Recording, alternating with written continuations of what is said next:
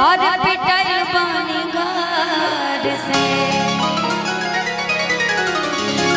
नहीं कि मिलत बाबूजी के डर से हो गिर गई हम तो सब का नजर से हो गिर गई हम तो सब का नजर से अरे नहीं कि मिलत बाबूजी के डर से आइए। अच्छा प्यार हुआ है कभी किसी से? हुआ है? दिल टूटा है? नहीं। भगवान करे सदा सुहागन रहे आप, कभी दिल न टूटे। इससे बड़ा आशीर्वाद क्या हो सकता है ना? आइए।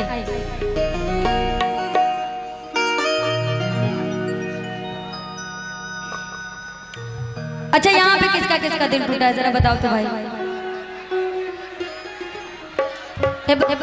बच्ची दिल टूटल है? एगो छोट का बच्ची बा, ज्यादा नहीं 2 से 4 क्लास में पढ़ो, देखा था हमरो टूटल बा।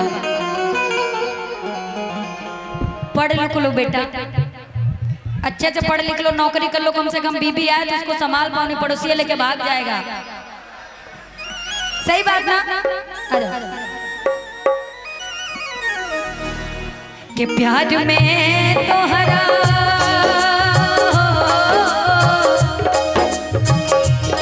प्यार में तोहरा पिटल बानी घर से नहीं कि मिलत बाबूजी के डर से हो।